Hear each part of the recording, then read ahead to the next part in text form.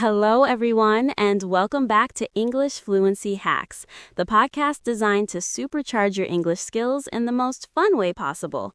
I'm your host, Sarah. And I'm Mark. We're so glad you're here. Today, we are diving into a topic that can completely change how people see you and, more importantly, how you see yourself. That's right, we're talking about confidence. Specifically, we're giving you some powerful, easy-to-use English phrases that will make you sound instantly more confident in conversations. This isn't about being arrogant or loud. It's about using language that shows you're capable, in control, and sure of yourself, even when you're still learning. Exactly. It's like a secret weapon for your vocabulary. Ready to unlock the first one, Mark? Let's do it.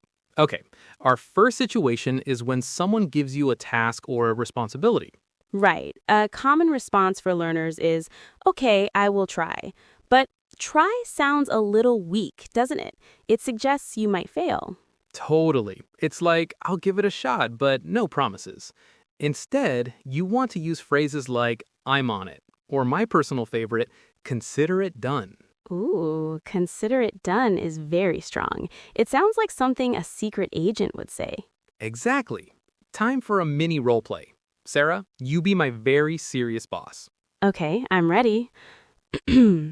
Mark, I need that important report on my desk by 3 p.m. It's crucial for the big meeting. Consider it done. See, that sounds so much better than, okay, I'll try. It tells me you're reliable and you have the situation under control. So that's your first hack. When accepting a task, use I'm on it for something you're starting now, or consider it done for ultimate confidence. All right, let's move to our next scenario. This is a big one. What do you say when someone asks you a question and you don't know the answer? The moment of panic. The classic response is a simple, I don't know, which is fine, but it just stops the conversation.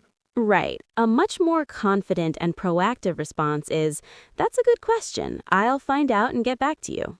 That phrase is magical. You're being honest that you don't have the information, but you're also taking immediate ownership of finding the solution.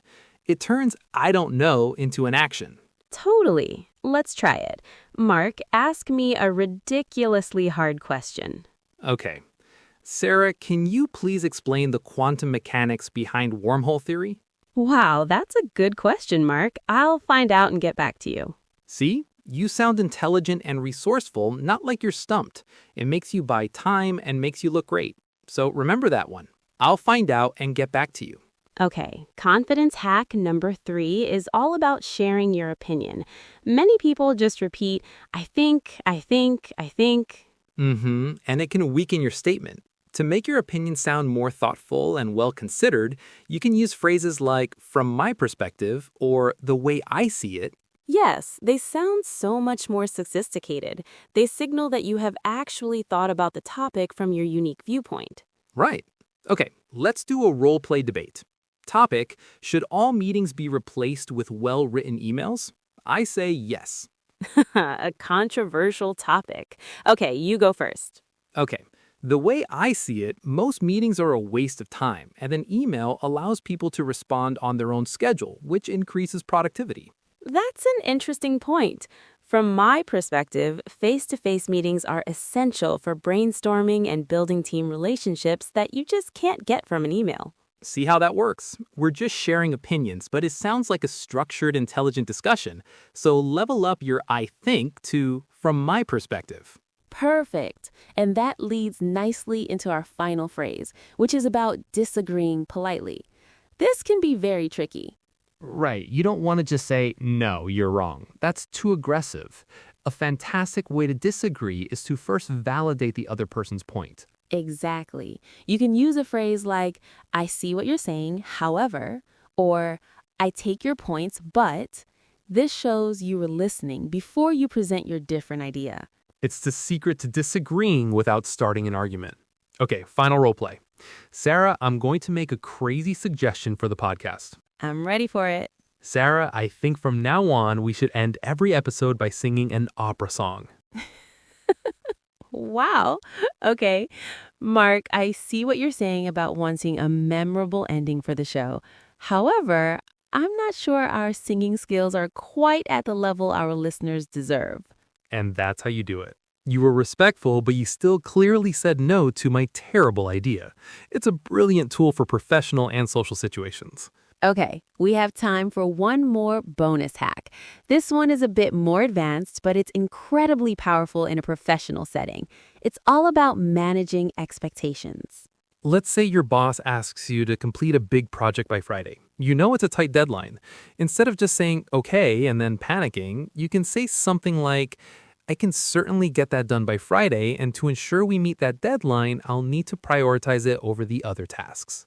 So let's do a super fast recap. What were our 5 phrases? Number 1, instead of I'll try, say I'm on it or consider it done. Number 2, instead of I don't know, say I'll find out and get back to you. Number 3, instead of just I think, say from my perspective. And number 4, to disagree politely, say I see what you're saying, however.